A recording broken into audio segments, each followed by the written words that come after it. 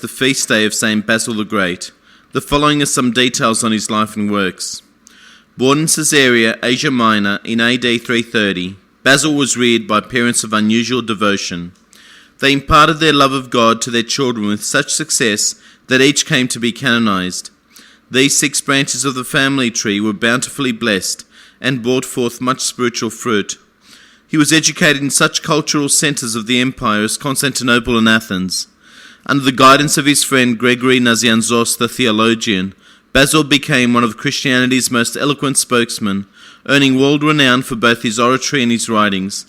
Although he could have had any high governmental position he wished, Saint Basil had no desire for high office. Instead, he was granted his wish to return to his native city, where he was ordained Bishop of Caesarea on the 14th of June 370 AD.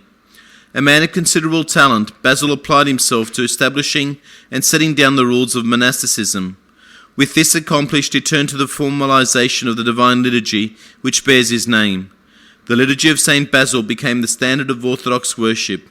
In fact, the liturgy of Saint John Chrysostom, which is celebrated 42 Sundays of the year, is a modified version of it. The liturgy of Saint Basil is celebrated on more solemn church observances, including Christmas and the feast day of Saint Basil on January the 1st, as well as during the Sundays of the Lenten period. Saint Basil's liturgy is thus used a total of 10 times during the church year. An innovator as well as a creator and planner, Basil was the first to fulfill the desperate need for charitable institutions. He directed the creation and development of orphanages, hospitals and homes for the aged. His concept of mutual love and respect and his practical application of brotherly love later led to the formation of Christian philanthropic societies.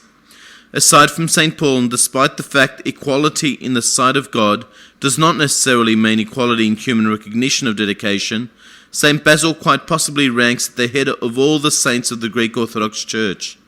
Recognized as one of the 3 greatest hierarchs in Orthodox history, and so recognized on another day of the year known as the Feast Day of the 3 Hierarchs, he is unexcelled as a protagonist for the Greek Orthodox faith. Just as the flower which bears his name, Basil stands for beauty and love in Christianity that assure his lofty place in ecclesiastical history for all eternity. The Church celebrates the feast day of Saint Basil on January the 1st, the date on which he fell asleep in the Lord in AD 379.